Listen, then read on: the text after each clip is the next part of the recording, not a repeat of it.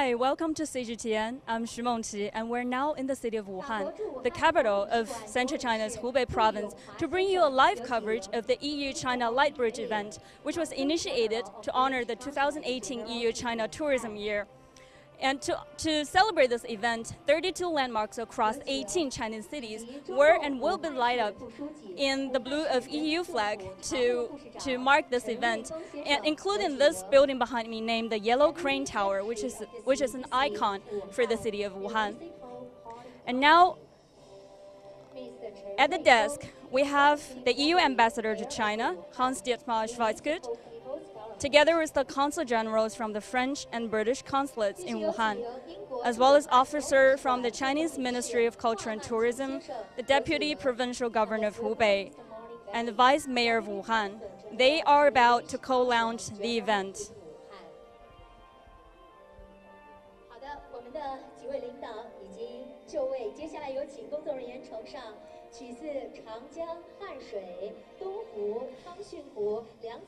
Now the staff are handing them each a cup of water taken from a local lake or river as their prop to start and to launch this event.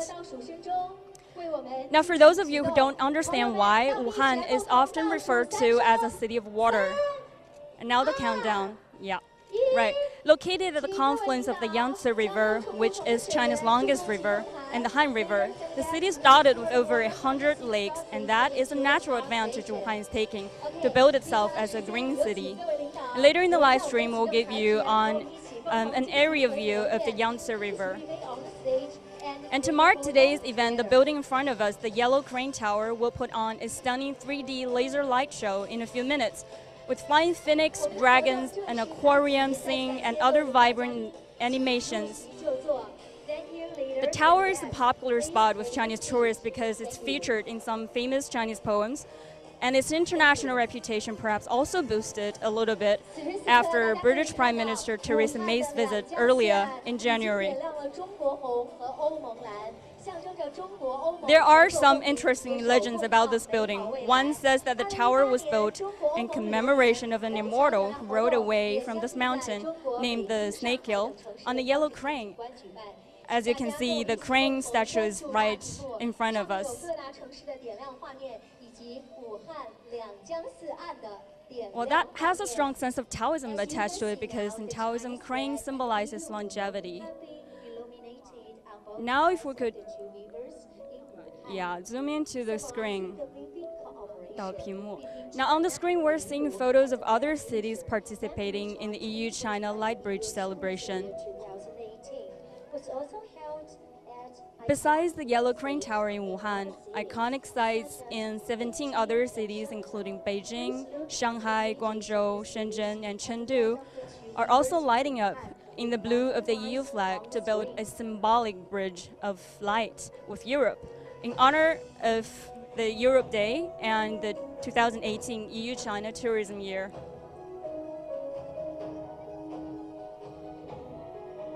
Well, as a matter of fact, the European part of the bridge was built across 18 European countries this year during the Chinese Lantern Festival in the beginning of March. And more than 50 landmarks in Europe turned a shade of red, the color of China's flag, to mark that event. The purpose of such an initiative, as mentioned by the EU ambassador to China just now, before our live streaming, was to increase awareness of lesser-known destinations, both in Europe and in China, to like European destinations to Chinese tourists and the lesser-known Chinese destinations to European tourists. It also offers an opportunity for European and Chinese communities to better familiarize and appreciate each other's cultures.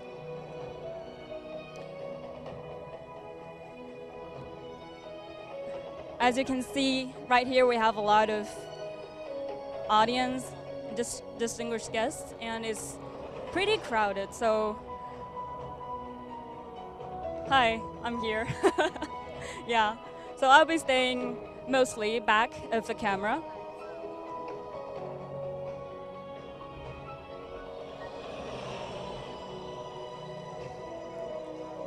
Later, we'll start a countdown to a 3D light show, which was tailored designed for this yellow crane tower.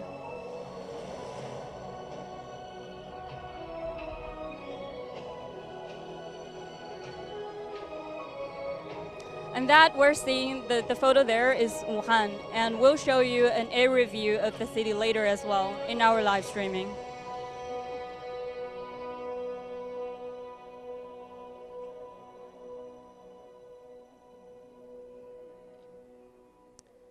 I guess now we're close to the countdown.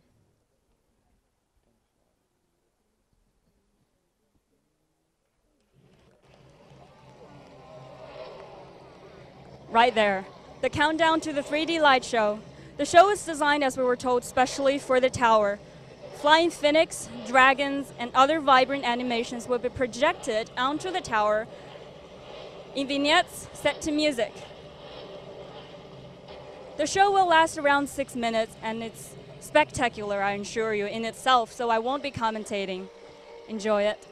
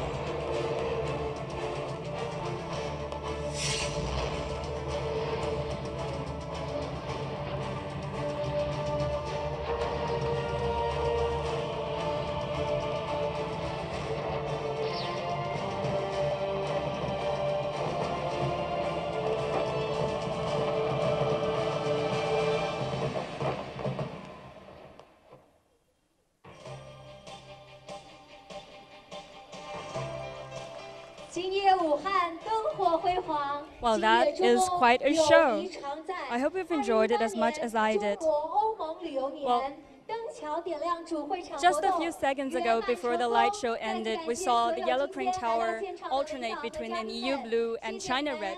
And these two theme colors also resonated at the banks of the Yangtze River. As we see buildings alongside the bank light up in blue and red, we see a sketch of a city that's maturing into an industrial and commercial center in central China. Its architecture is also a juxtaposition of the old and the new. Aside from the skyscrapers that tells of a rapidly developing modernized metropolis, you can also find European-style customs houses as the city opened its ports in as early as 1861.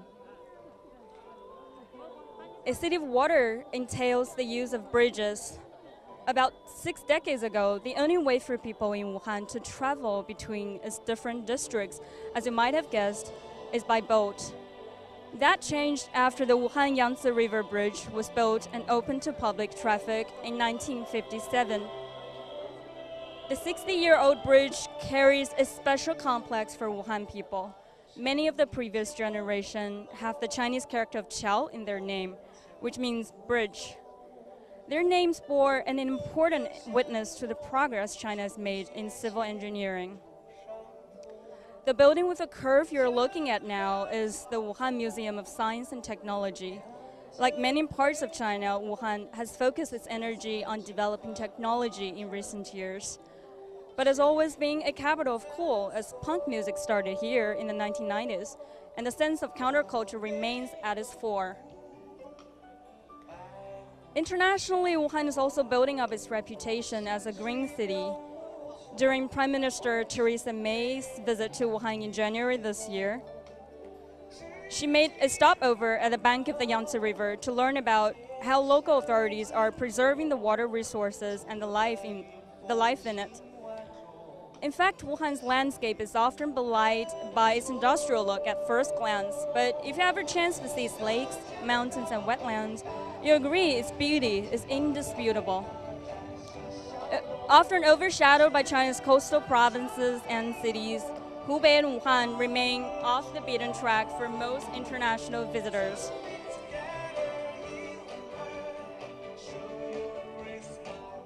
So to show this side of China and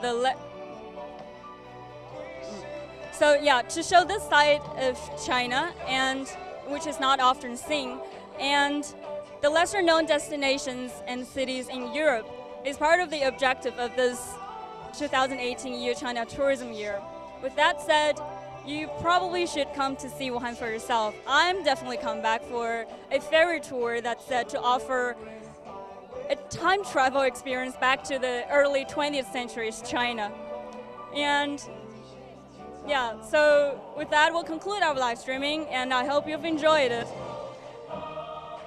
If you missed it, you could go back to our CGTN app or CGTN.com to replay the whole thing.